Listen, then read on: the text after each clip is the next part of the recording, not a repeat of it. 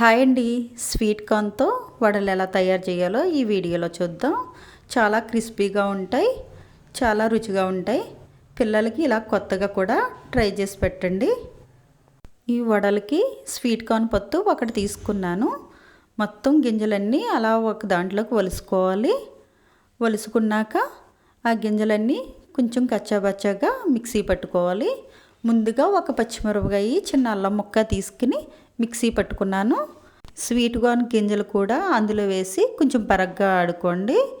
ఒక బౌల్లోకి తీసేసుకున్నాక తగినంత సాల్టు, కొద్దిగా కారం, కొద్దిగా గరం మసాలా, 2 స్పూన్లు శనగపిండి, కొద్దిగా బియ్యం పిండి వేసుకోండి.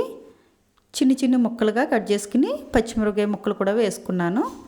కొద్దిగా కరివేపాకు ముక్కలు, కొద్దిగా ఉల్లిపాయ ముక్కలు వేసుకొని బాగా కలుపుకోండి. అంతా బాగా కలిసేటట్టు కలుపుకోండి. ఆ ఉల్లిపాయలో వాటర్ ఉంటుంది కాబట్టి ఇంకా వరిపిండి కావాలంటే వేసుకోండి. కలిపేసుకున్నాం కదా, ముందుగా స్టవ్ ఆన్ చేసి ఒక బౌల్ పెట్టుకుని తగినంత ఆయిల్ వేసుకుని బాగా వీటెక్కాక చిన్న వడల కింద చేసుకుని వేసుకోండి. ఏగినాయి కదా, ఒక గరిటె తీసుకుని వడల్ని తిప్పుకోవాలి. తిప్పుకున్నాక ఏగిపోయినాయి కదా, ఆ గరిటెతోటి తీసేసుకుందాం.